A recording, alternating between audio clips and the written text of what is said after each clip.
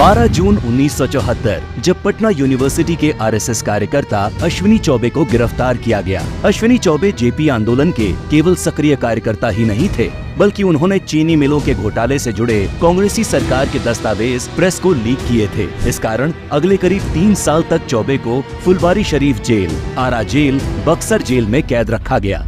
इन जेलों में अश्विनी चौबे को इतना बुरी तरह पीटा गया कि वो करीब 11 महीने तक पटना मेडिकल कॉलेज में भर्ती रहे। उनकी दोनों किडनी में खराबी आ गई। गर्म तवे पर लेटाकर की गई पिटाई के निशान से सारा शरीर गंभीर रूप से जल गया।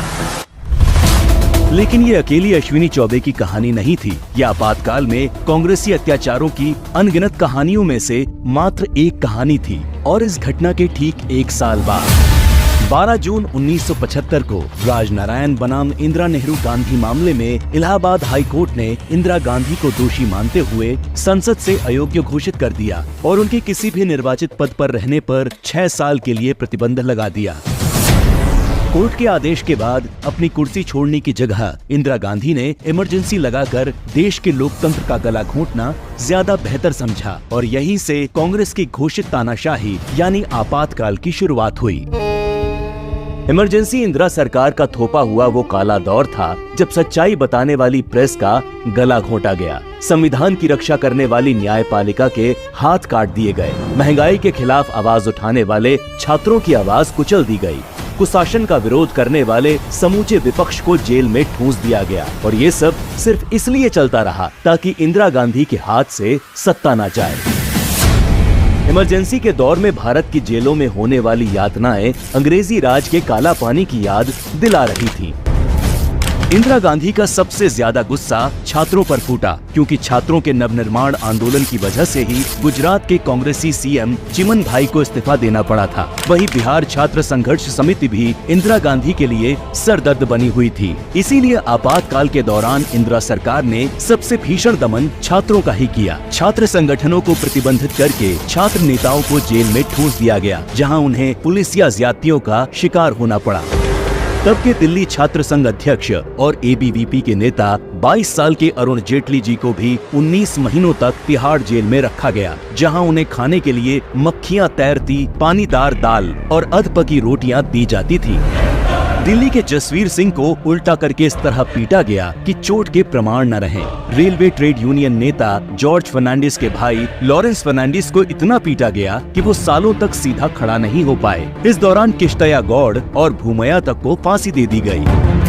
मीसा और डीआईआर कानून बनाकर लाखों लोगों को जेल में डाला गया, जहां बर्फ की सिल्लियों पर लेटाकर सत्याग्रहियों को पीटा जाता था। उनकी उंगलियों पर कुर्सी रखकर उस पर बैठा जाता था। बेहोश होने तक चाबुक से घंटों पीटा जाता। कई दिनों तक भूखा प्यासा तड़पाया जाता और इस दमन के खिलाफ कहीं आवाज नहीं उठाई जा सकती थी।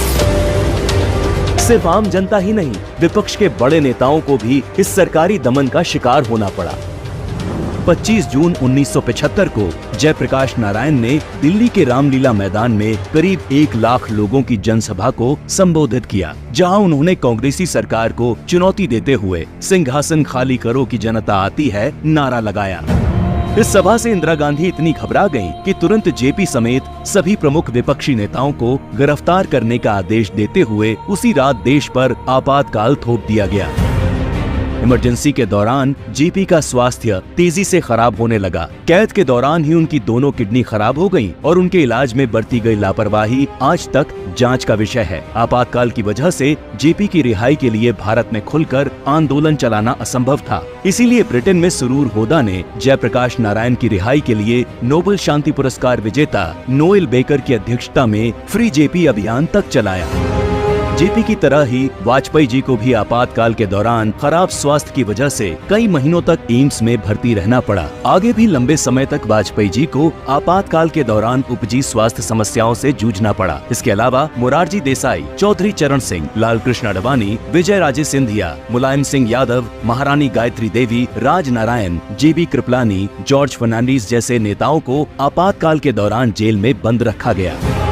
इस कांग्रेसी दमन की सच्चाई दुनिया के सामने न आए, इसके लिए भारतीय प्रेस का गला घोंट दिया गया और यहाँ तक कि विदेशी पत्रकारों तक को देश निकाला दिया गया। बिना सरकारी निगरानी के अखबार एक भी लाइन नहीं लिख सकते थे। अखबारों के असली संपादक पुलिस अधिकारी बने बैठे थे। आपातकाल के 19 महीनों में 327 पत्रकारों को जेल, 3801 अखबार जब्त, 290 के सरकारी विज्ञापन बंद, करीब 60 लाख लोगों की नसबंदी, करीब 5 से 7 लाख लोग हुए बेघर। आज चाहे कांग्रेस अपने इस कलंकित तानाशाही इतिहास को छुपाकर कितना भी लोकतांत्रिक फ्री स्पीच की बात करे, लेकिन भारत की 140 करोड़ की जनता इस कांग्रेसी दमन को न भूलेगी न माफ करेगी।